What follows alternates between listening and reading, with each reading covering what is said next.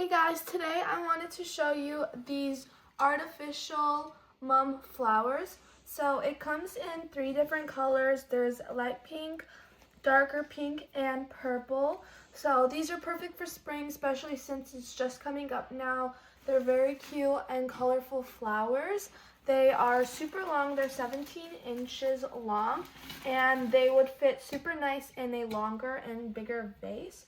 So I just wanted to show you how pretty and obviously low maintenance these are since they don't need anything, they're artificial.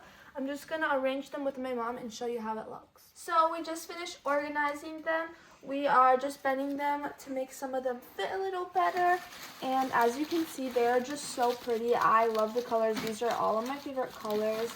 And this would sit very nice on our table. You can also use the vases that are not see-through if you don't want to see all the stems. But even though they're still super, super pretty. So if you're looking for anything to spice up your decorations and anything that reminds you of the spring, then I would definitely recommend getting these.